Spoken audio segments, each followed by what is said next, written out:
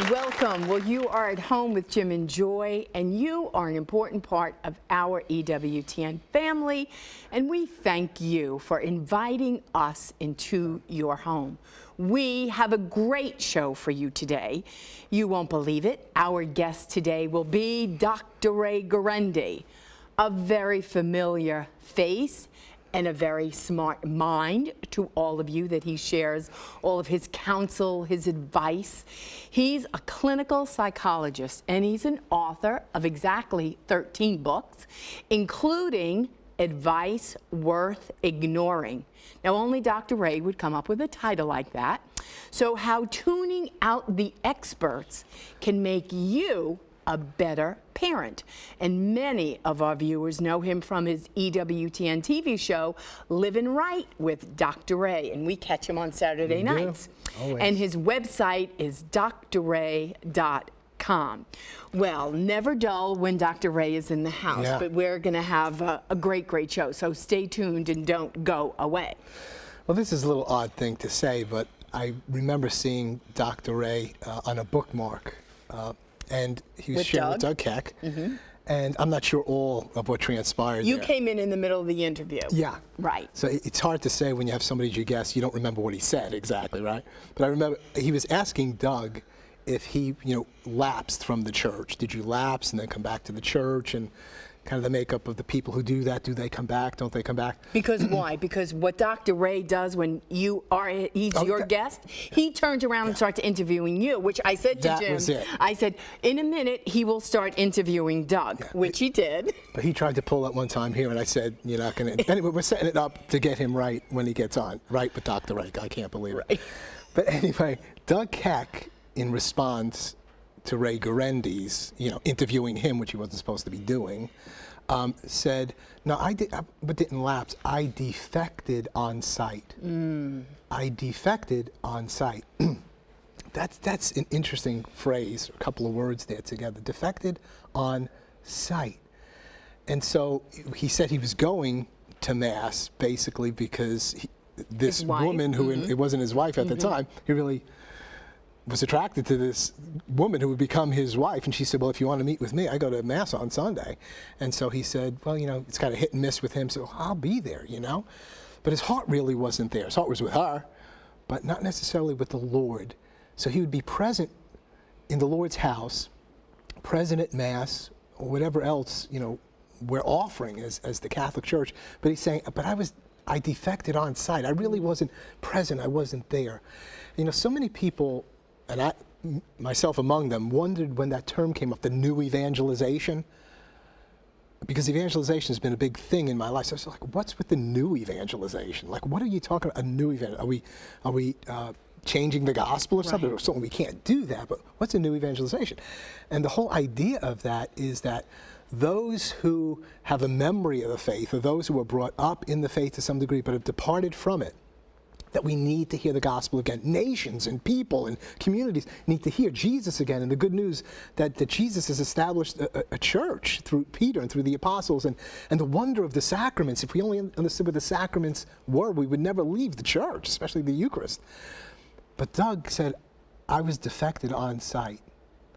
Maybe you're passing through the channels, maybe you're defected on sight, and you got opportunity to be converted to the Lord today, to really come home, to be home. And eventually, of course, Doug was converted, and he was at home in his own skin.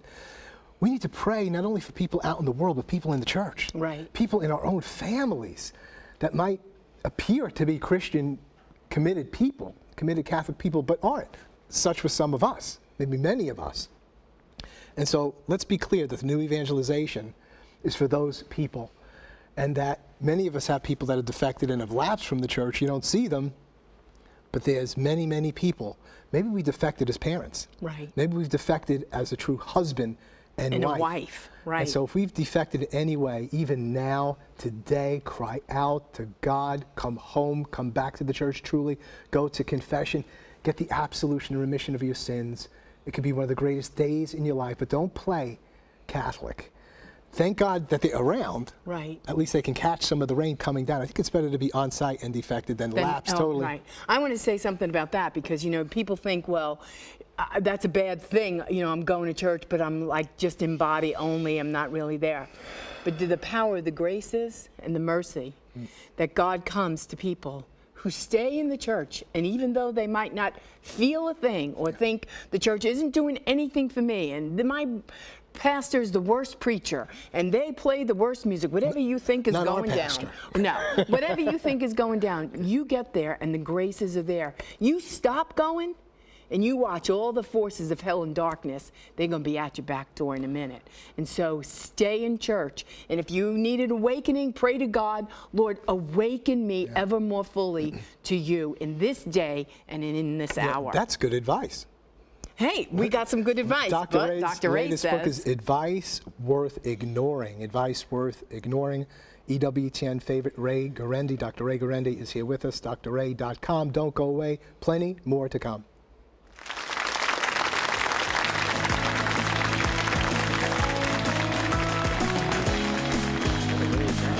Hey.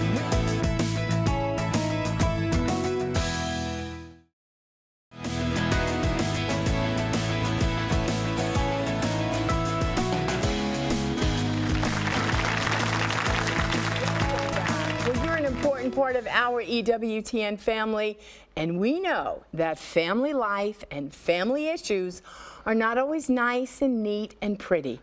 But the good and the bad in family life can, by the grace of God, lead us all to holiness. And I can say that be true, because my children have made me the wife, the woman that I am today. And our guest today is going to help us carve that path. So please welcome with me and my beloved Jim, Dr. Ray Guarendi. Thank you. That's cloth. That's cloth. You're Italian. We're Right. Italian. I can't sit on cloth. So what would you like? This is an inside joke, right? There you go. That's Plastics great. on the furniture. Plastic. It's a rule in our Italian household. You can't. I ate a potato chip once on my mom's couch without plastic. And you were a dead I boy. was not allowed in there for the next 3 years. That Right. explains a lot. Yeah. Welcome. Hi, guys. You've just offended a lot of people. I did, huh? Yeah, my family, anyway. I can tell you that. It's plastic, though. It's cool. You'll be bubbling. Yeah. Well, it is great to have you. Thanks. Wonderful to have you. Share with us. It ain't that wonderful. No, but it okay, is. go ahead. I'm a great Yeah, it fan of is. yours. I really am. I'm not telling you a story just because you're here. It's true. You You're said great. that because that's what the teleprompter No. said. I watch you on Saturday night. You're very good. I like you. You say great things. I wish you were You around. got to get out more. No, I'm tired on Saturday night after working all week.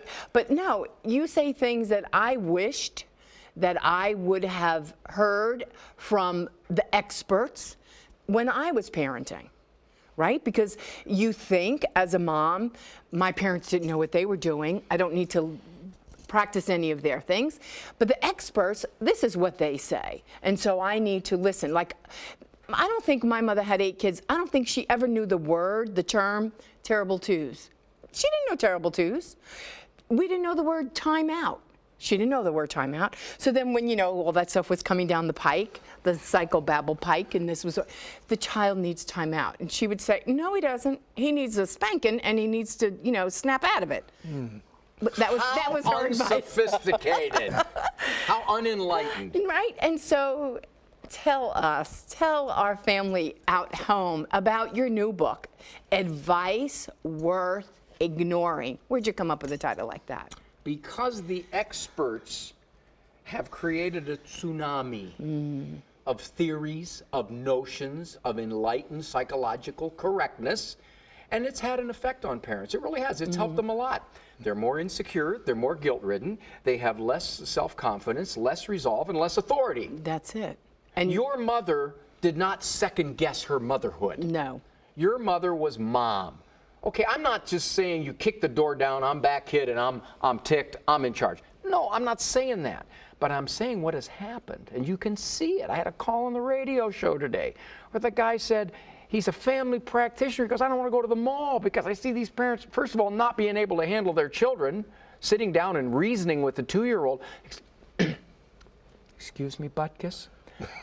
I'm sensing a lot of frustration. When we get home, we may take a sticker off your system. Please don't jump in the wading pool at the mall anymore, okay? You'll get wet. No, it's true. I know. We've lost so much common sense.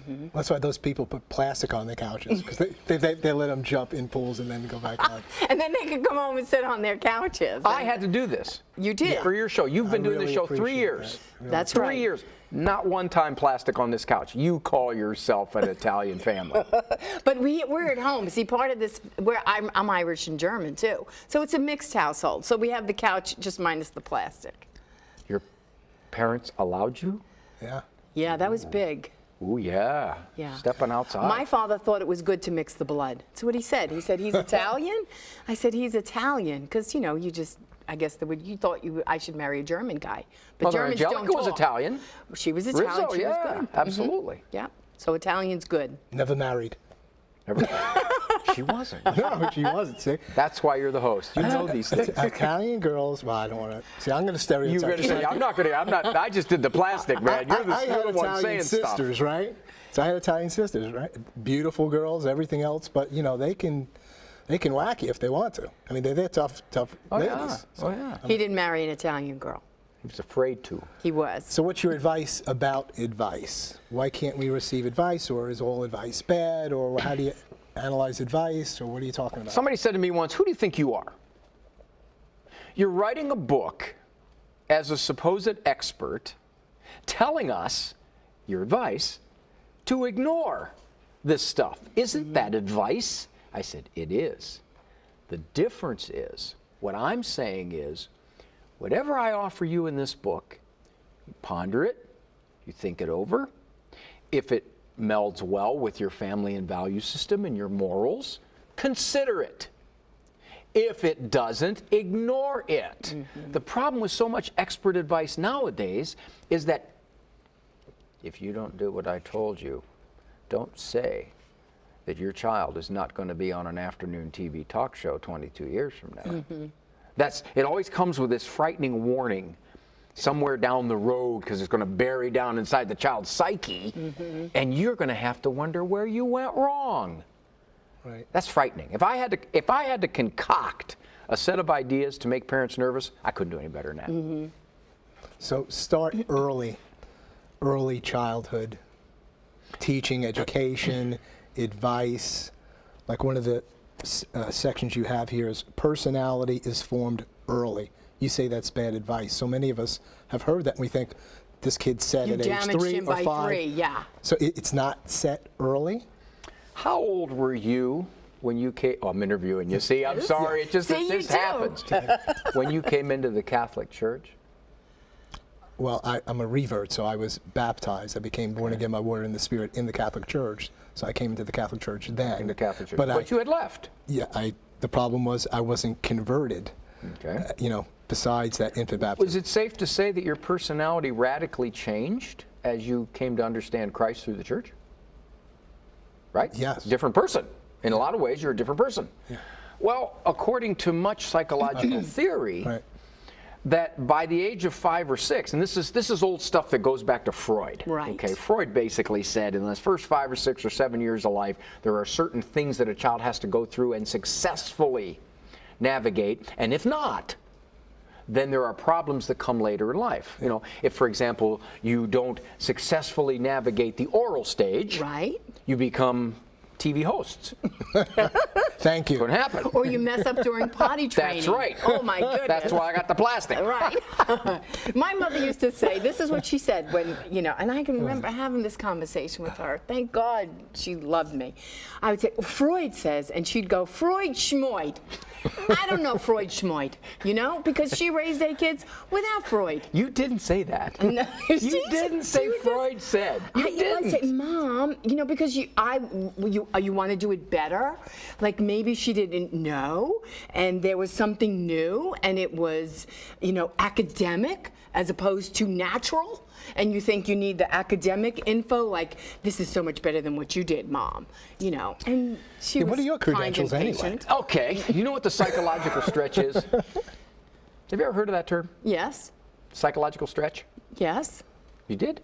Yeah, I just made it up. No, you go, when you say this is important, you go with it. Okay, that's one way of looking at it. Here's Yeah. another. If I'm supposed to be, like Jim just said, what are your credentials? Okay, Yeah. I'm supposed to be the expert. Right. I got letters after my name, right? Yeah. So I'm supposed to be smarter than you. Right. Or your mother. Mm-hmm. Therefore, Doubt that. I understand this. However, I have to come up with something that is not just traditional good sense. I've got to come up with something enlightened, something further out. And the more I stretch to show that I have an understanding of the whole parenting process that supersedes yours, the chances are I can leave reality and common sense. Right. It's a stretch. It goes too far. And I think that's a lot of what has happened. So much of the nonsense that is thrown at parents is because somebody came up with an enlightened theory that is supposed to say, this is the better way. Right. But Dr. Ray, in all my ignorance as a young mom, I did read a lot of books on parenting and say to my mother, but the book says, I did. She didn't say book schmuck, did she? No, she would just like smoke a cigarette and go home, forget you. Because okay, by age 3 you need to be potty trained. You know what I mean? And you just jump Well, you were the hoops. that first group of neurotics. Well, yeah, because you want to do it right. All my intention was, I wanted to do it right. I didn't bring my child home from the hospital and go, it's my plan to mess you up. To paraphrase Pontius Right. Pilate, what is right? Says who? Right. This expert says spank. This expert says don't spank. Right. This expert says if you're going to swat with your hand. This expert says no, never swat with your Use hand a because you're spoon. spank. That's right. Use something else. This expert says don't send him to his room for punishment because that's a private place. This expert says time out in a room is good. Right. What? This is all theory stuff. You see, so much of it is not confirmed by research. It's theory. If, for example, you say, well, he's 3 years old, so 1 minute per year of age in timeout. Now, that's a standard piece of advice that I think is worth ignoring. Why? The average 3-year-old is not done screaming at the 3-minute mark. You got that straight. What kind of discipline is this where the kid goes over there for 3 minutes, looks at his watch and says, hey, time's up, man. I'm 3 years old. 3 minutes, I'm done. And he's done screaming. No. Or, for example, let's say that he kicks the blocks into his sister's head. 3 minutes. Your sister's head is worth 3 minutes. Yeah. You see what I'm saying? It varies, and it's the parent's judgment. I will tell you this. I have seen far more trouble. I have seen far more parents not enjoy their children because they were caught up in being so correct, so psychologically enlightened, that they actually lost a good sense base. I'm not saying you just do what you want. Don't mishear me. I'm simply saying you can get so caught. I deal with clients like this all the time. They're bright people. They come in, I went to a PhD psychologist's house to model for her how to handle her 5-year-old because he was eating her for lunch. Right. I believe you. But that's where we, I think, as parents, have lost our natural giving gifts that we have by God. You don't trust yourself. Right, because we're told the academics said that's wrong, that's right. When whoever's to say is wrong is right. If your child's crying in the middle of the night, don't get him. Don't go. But I've heard if you ignore him, believe it or not, and I've heard from many, if you ignore that, you're going to raise a child without empathy. I've heard that. Right. Intoned right. by the Or experts. if you get that child is running your life. Yes. What if the child has an earache? What if, what about all that stuff that you take out of the equation? When we had our 8th or 9th child and we were kind of running out of gas as a parenting, I said to my wife, honey, I think I hear the baby crying. She said, I do too. Turn up the radio. Well, with that wisdom, let's pause right there. Dr. Ray Guarendi is here with us, drray.com. The book is Advice Worth Ignoring. We'll be right back. Don't go away.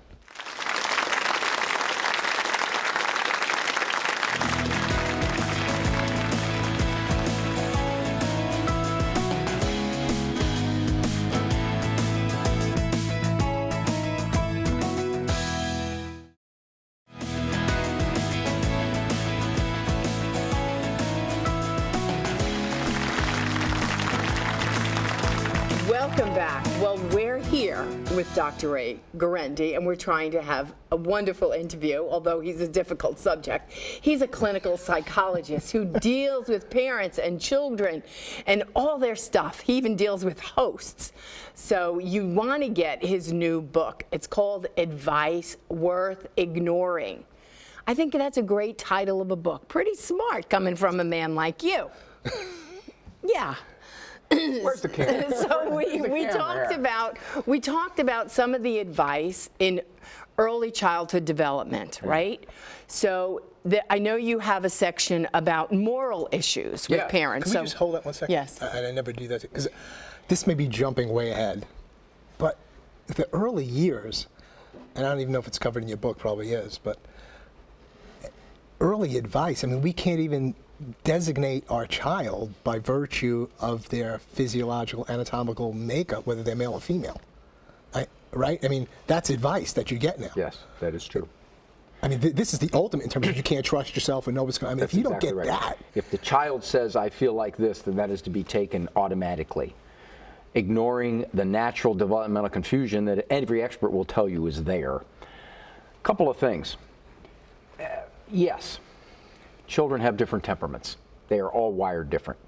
One kid, the worst thing in the world that can happen to a parent is to have a sweetheart first.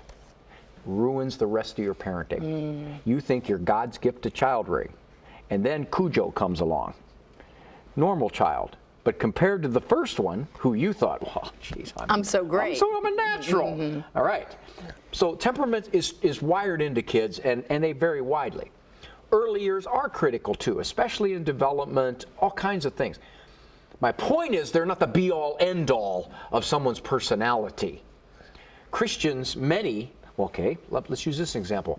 Did any of the apostles come to Christ as a preschooler? No.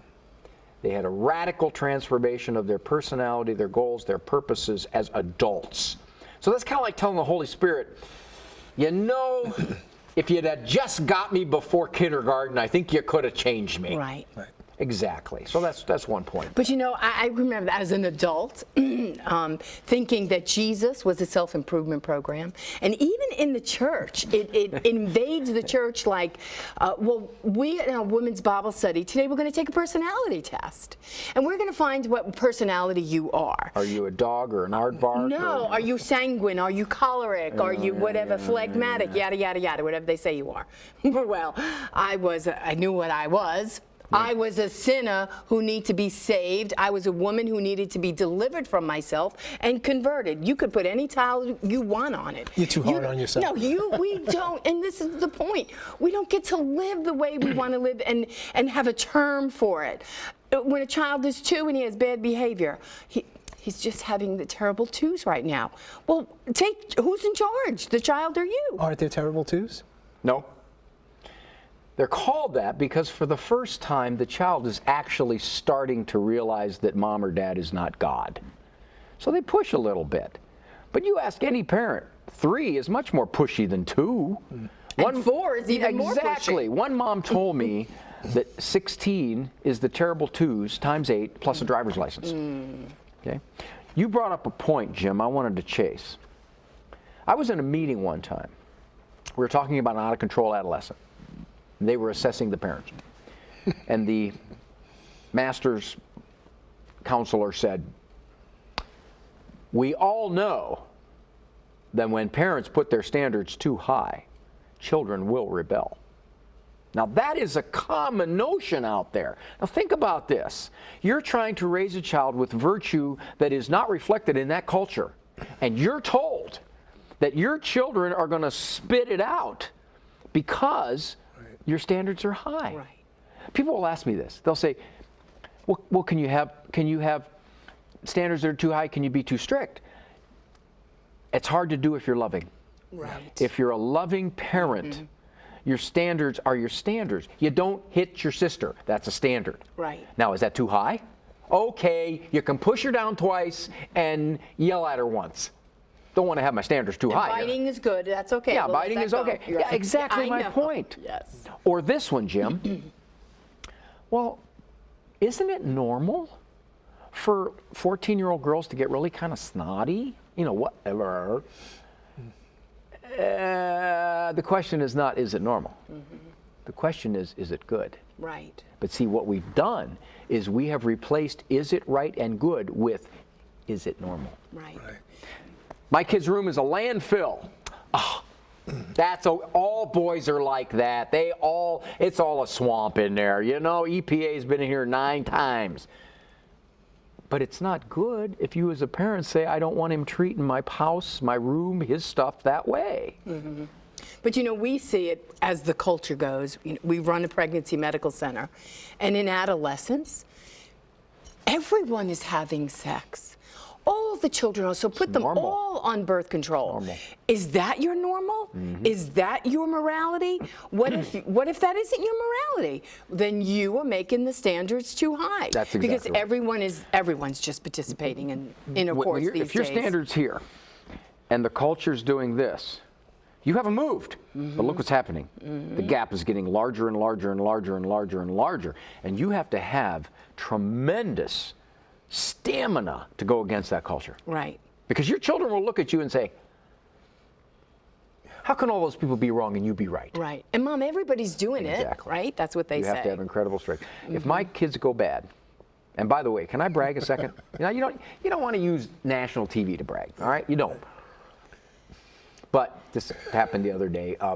My son's parole officer said one of the nicest kids he has. So, you know, when you hear something like that, it just warms you up. Right. Kind of thing. Which leads to another piece of advice, I guess, that if you're doing the right thing and you're sharing the right thing, you're modeling the right thing, it should turn out right. I right. get that one all the time. That's advice, right? You know, I talk to him respectfully. Why doesn't he talk to me respectfully? I wash his clothes and I take care of these things. Why doesn't he take care of my things and put the pillow back where it belongs? I am modeling good behavior. The piece of advice worth ignoring is be the model and your children will follow. No, be the model, your children may follow, but in the areas that they don't, you have to discipline and instruct. It's not automatic. Right. It's not automatic that just because I'm a wonderful guy, my kid's going to be. First of all, he's a kid. He's immature. He doesn't have what I have, the years of experience or whatever I have. And so as a result, for me to assume that I'll just model. You ever hear the phrase, and I know you have, values are caught, not taught. That sounds nice, doesn't it? It's sort of a nice little soundbite, but really it's both. It's both. You can't say not taught. Of course they're taught. This is a 6-year-old. This is a 9-year-old. I got to teach him. Right. And I think what you said before, the temperaments are different. You know, we had sons, like, no matter what you said to him, he was going to do the opposite. We had another son, no matter if all you had to do was look at him wrong. So, and he was going to, you know, shape up. So the temperament, so being a parent, it takes great wisdom. It takes great courage, and you have to have stamina. And the only place I know how to get all those 3 things is at the Eucharist, because God is going to supply all of my needs to show up that day and be Mom. Because it takes courage, because when the culture's here and my standards are still here, you have to reset your beliefs, your morals, your values every single day. Because they're going out into the world and, you know, they're going to school with kids who, they don't want to be Stephanie, they're Stevie. You know, and it's confusing. This is not a farm in 1880. The forces, for better or worse, that are shaping our children are everywhere. Most parents underestimate them. Parent will sit in my office, 17-year-old sitting across from him, and the parent will say, I don't know who that is. I didn't raise him that way. And I will say to them, I believe you. I believe that you didn't. but you underestimated what did. Mm-hmm. Right. You put a computer in his hand at age 11. Mm-hmm. You know, you allowed him to get on the internet at home without proper things to block. Mm-hmm. You let him watch whatever movie was popular among his peers. You just thought that's the way the culture flows. We just flow with it. And then one day you look at the child and say, what happened? Mm-hmm. Yeah. Well, what you were saying earlier, you know, it is both didactic, teaching. We often hear that phrase, supposed phrase of St. Francis of Assisi, you know, evangelization, just kind of like model it and use words if necessary. I don't know if he said that or not, but you need words. The gospel is about speaking and about sharing, what, and you need to Jim? model. I got a problem. Because I've never had anybody in my life come up to me and say, Ray, I've been watching you. You are just so holy. You know, you've never had to use any words whatsoever to tell me what you believe. I've just watched your behavior. You're so holy. Now, the way I figure it, they must not be paying attention. That's what I want to figure. But I think the reality is that indeed, you got to be willing to speak up for what you believe. Well, the world is willing to speak up. I mean, government is willing to speak up. A lot of public schools are willing to speak up in what they believe, informing Boldly. kids. So I mean, it's kind of like, well, we don't want to, you know, moralize, or we don't want to let them decide about their faith. And I'm just saying, yeah, they will find their way. Somebody's going to find them, because people are proselytizing on the other side. People want to convert your children. Very aggressively. Yeah. Very aggressively.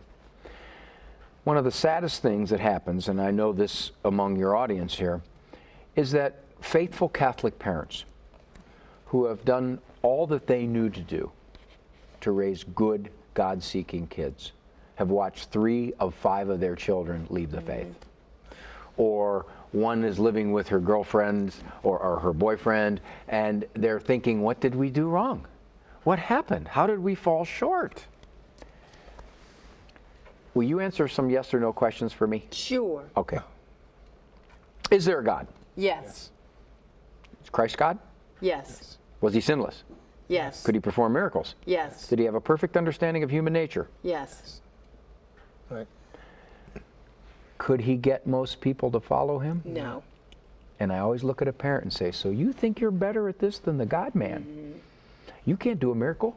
You can't even do a crummy card trick.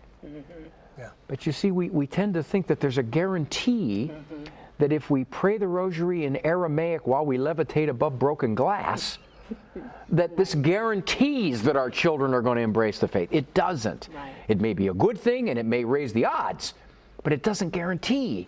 And I can't tell you how many parents are just beating themselves up over this. Well, I think a great book for your future would be because no one's telling parents this about free will.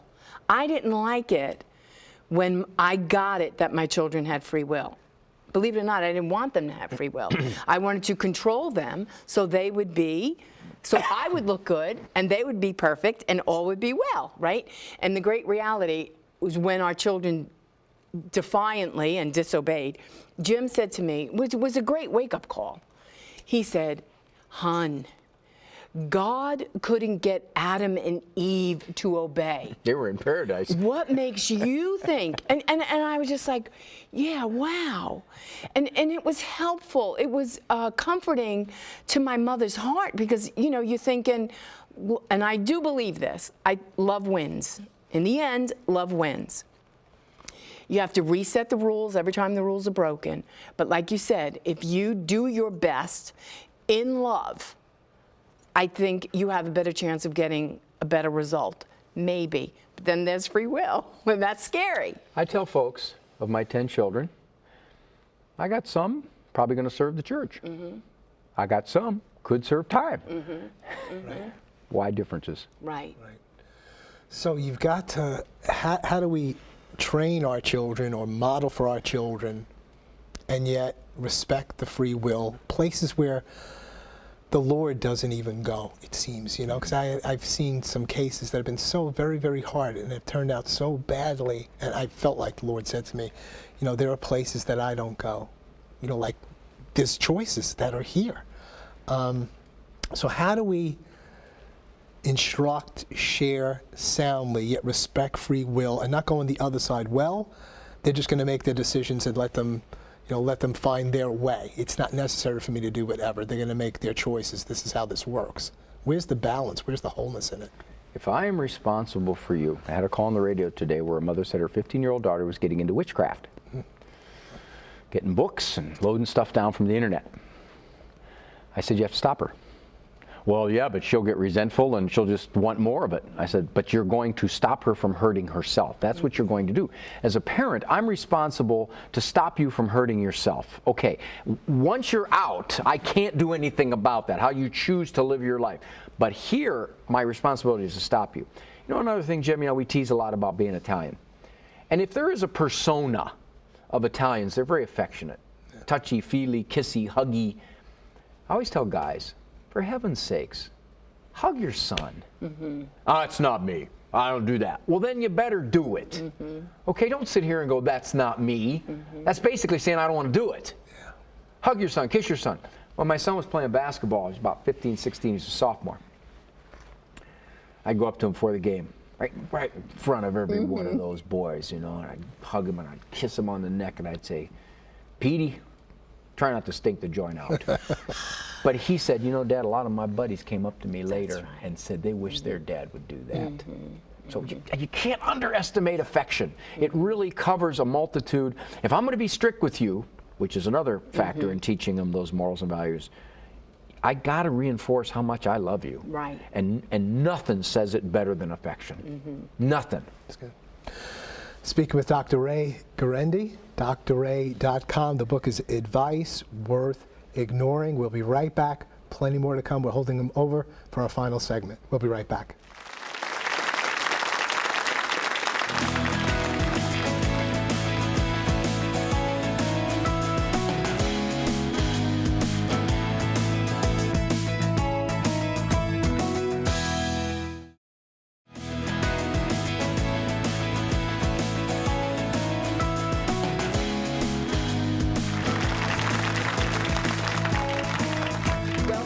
Well, you're an important part of our EWTN family, and we have been talking with Dr. Ray about family life and parenting and how you can get more information on the multiple issues related to today's topic at drray.com. A great book called Advice Worth Ignoring. I love it. Before we went to break, we were talking about affection. And I think I married an Italian because I grew up with a German who was not very affectionate, but I like, one of my greatest love languages being touched, and I like this Italian boy. But I do think, one of the things you said, like that father, maybe it wasn't his personality type to touch. But I think when we come to Christ, we have to get over ourselves, and it's not about what you want to do, it's about what the child needs. And I've seen a lot of parents who rule their authority and don't balance it with affection. I do agree with you. I think you're a very smart man. As we discipline, all discipline is about to teach, right, and to train.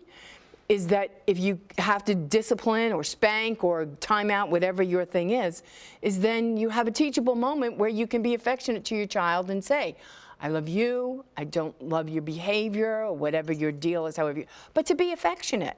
Because sometimes, what do they say in psychology? For every time you speak a hard word, you should say 7 affirming words. I think she's already fallen into the formula. Right, isn't there one? There's a one for everything. Well, I usually say to my kids, okay, you look nice, your socks are straight, your belt is straight on, your hair is nice, your teeth smells good, and you don't have a runny nose, and you're smiling. Okay, that's 7. Now be quiet. I said got my 7 in on the front, and then... And then you go the bomb. Yeah. Yeah. The affection area, and I'd like to speak now about sacramental touch, now that I've matured and grown in the Lord. Because really, a holy touch, I mean, it could be just, a quick thing, whatever. But, we really are conveying the divine, in and through us. We had somebody call in during one of our shows, I've got my grandson, he doesn't want to hear about the gospel, the church. can't talk to him, this and that. I don't know what to do. How am I going to reach him? What's happening? I said, you know what? But he comes to your house. I said, just grab hold of him. Just grab him, love him, let the divine come in and through you. And if you really want to push and say that was a Catholic hug. But that has to do with what we call God's divine affirming love, affirming the essence of somebody's being. We want them to do right, but simply because who they are. I don't remember getting a lot of physical touch from my father. But I do remember, one time just driving along in the car, long ride, he just reached over and just touched my knee for a moment and drove the car again. And I want to tell you, I was like, it was an absolute showstopper. I mean, it was unbelievable. And so it doesn't take all that much, but it was a holy, sacred hug that just says, I love you, or a touch that I love you. So I just wanted to underline that. And I'm finding the older I get, we got 16 grandkids now, and I got my 4 children. I'll just have my daughters who are, have 7 children, 4 children. I said, come over here, I just sit them on my knee and just give them, they love it. And you love it. They're going to be like, I do. And their kids love it. So yeah, with all the stuff that's going around, all the teaching, what do we do, what don't we do, just let them feel Almighty God coursing through your body in love for them, and that you want nothing else but to do that. Parents will say, she doesn't want me to. She doesn't want me to touch her. They're just not affectionate. I feel like I'm hugging a board. Yeah. Well, I always told my kids, I had some that were much more naturally affectionate and others weren't. Yep. I said, I'm going to kiss you anyway. Yeah. I'm going to hug you anyway. Yeah. I got one grandchild that was kind of like, and I could sense that she wasn't, for some reason, all that hugging. And, I would respect that to a degree, but I just give her a little show. And then over time, though, now, she's become like, one of the biggest I love you, huggers. Baba. I love you. Or she'll come up, this and that.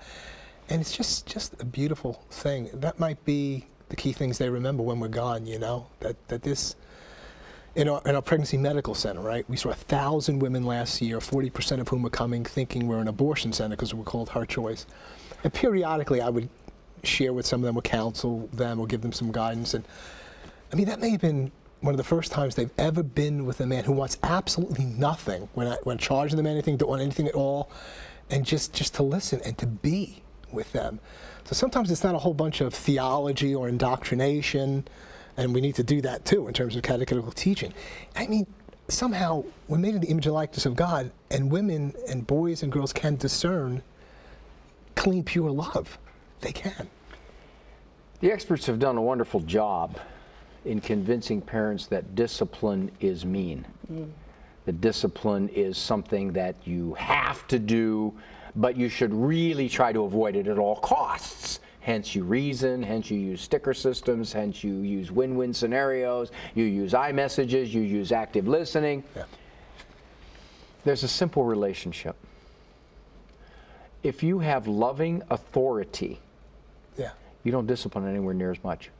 Remember your own parents. You said, I remember my dad used to just give me the look, and that was it. Right. Okay, how many times did your parents actually have to discipline you? Nowhere near as much. What tends to happen is when you don't have that kind of confident authority, you get ugly. You say things you shouldn't say. You go to confession every 2 days. Bless me, God, I was so much holier before children, before Damien came into my house. Yeah. But Dr. Ray, as a child growing up with 7 brothers and sisters who were just kind of crazy, and we were all kind of crazy, there was a non-negotiable. I knew as a child who was in charge of that house. How did that happen? Marge was a loving authoritarian, and so was my dad. Early? It happened constantly. You didn't think to question it because it happened so early, like imprinting. Right. When you were first swatted or you were first put in a corner, there was no negotiation here. This was going to happen. Right. Right now it doesn't happen. The vast majority of parents cannot get a 3-year-old to stand in the corner. Right. So what then tends to happen is the message is, it's all negotiable. Right. I can fight you. I can scream, I can come out, I can throw a fit, I can do whatever I have to do, and the parent can't get them to do But it. I think what makes children uneasy is that they don't know who's in charge. And if you're not going to be in charge, then I'm going to be in charge. You know what I mean? So, I mean, I've gone into friends' household and I'm thinking, who's in charge here? And it's scary. And you're watching kids being in charge, and I'm thinking, he's running circles around you. It's just like scary. Like, stop and be who you are. You're their mother. Like, be in charge. I had a pastor tell me a story one time. He was visiting someone from the church, and they had a 3 or 4-year-old who was just totally obnoxious. Parents left the room to go get something in the kitchen. Pastor said something to the child. Child starts screaming, "He hit me! He hit me! That man hit me!" The parents came out, figure out what was going on, and the pastor said, "No, ma'am, I didn't hit your son. I would never strike the head of a household." Ouch. Bless us. Ouch. Yes, that's true. So how do we turn this around where we've got so many, maybe even Christian Catholic parents that are so afraid that they don't understand what's been deposited in them? It's like the sacrament of marriage. I'm so glad when I hear, you have everything you need in the sacrament of marriage to be married, to love one another. You have that. That parents don't understand that in terms of being a parent. We need sound advice. We can go to a counselor, whatever, but you have more than anybody has for your child. I say to Joy, I have for you what the Pope could never give you in terms of my love and my authority. And priests have something they can give that I can't give in terms of confession, and the Pope as well. But when we pray, demons flee. There's an authority that when she prays to me that nobody has, Pope Francis or whoever it is, any psychiatrist or whoever. And to know we have that. And we might be confused about something, we might disagree about something, but we're in union that we don't know, and we disagree on something, and we're one, and that's the most important thing. How do parents, rediscover that, their authority and an assurance that God's working with them in the lives of their kid, and that they'll have the power and the guidance that they need? You ever heard the story of the kid that was walking along the beach littered with starfish? Hundreds, thousands, tens of thousands of starfish. Kid was grabbing one and throwing him back, and move a little further, grab another one, throw him back. And an adult was there. And the adult said, "There's thousands of them. You can't make any difference." And the kid says, "To the ones I throw back, it makes all the difference in the world." Mm-hmm. And that's what I've now decided as a psychologist. I can't change the culture, but I can try to change one parent at a time and give those parents the strength and the stamina to go against the culture. Amen. In the Revolutionary War, it was only a minority of the colonists who wanted to split from Britain. All major social movements determined minority. Mm-hmm. You can't mobilize a majority. That's very hard, but a determined minority. And I think if we speak up and make people better Christians, better Catholics, they can have an influence far beyond their numbers. Yeah. It's my goal. And we've got to wake up as well and say, hey, for us America, this is a mission field. Mm-hmm. We keep living like, well, we have a Judeo-Christian heritage, but guess what? It isn't doing very well right now, or we can't see it that well. We got to understand that missionary effort, our own need to be converted on an ongoing basis. And the other thing I think that's terribly hopeful with all the women we're seeing and speaking with young people is that what they're being sold by the broader culture does not work. It's painful when they get alone and you just speak to them. How are 60 sexual partners working for you? 70 sexual. How is it 6 children from 6 different guys? How is it 12 sexually transmitted diseases? How is it that And I think people they know are like something's wrong. Yeah. Right. They don't know what it is. And we can't be afraid to share the answer. Truth. Clients sometimes will come in my office and their lives are a mess. Yeah. To the degree that they have drifted from God and His guidelines and His ways, their lives become more complex and more ugly. Mm-hmm. But they don't know that. They wouldn't phrase it that way. Mm-hmm. They wouldn't look at it as, I'm leaving God behind. And therefore, when I left my wife and 3 children, and now I'm even more miserable than I was when I lived with her and I thought I couldn't live with her, they don't understand that if you go against this. Now, some people come into my office and they want a distinctly Christian worldview. Whatever I give them, they want it in the context of the church's teachings. Mm-hmm. Others come into my office and they don't. Mm-hmm. However, all truth is God's truth. So 80, 90% of what we've talked about here, you could say on a secular station. Right. Okay, it is truth that works for all, whether you label it God's law or not. We're going to have to stop right there. Dr. Ray, thank you so much for your role in helping to heal the church and the nation, just simply being who you are. We thank God for your life. Dr. Ray Guarendi, advice worth ignoring. God bless you. God bless all of your loved ones. Keep it on EWTN. Bye now.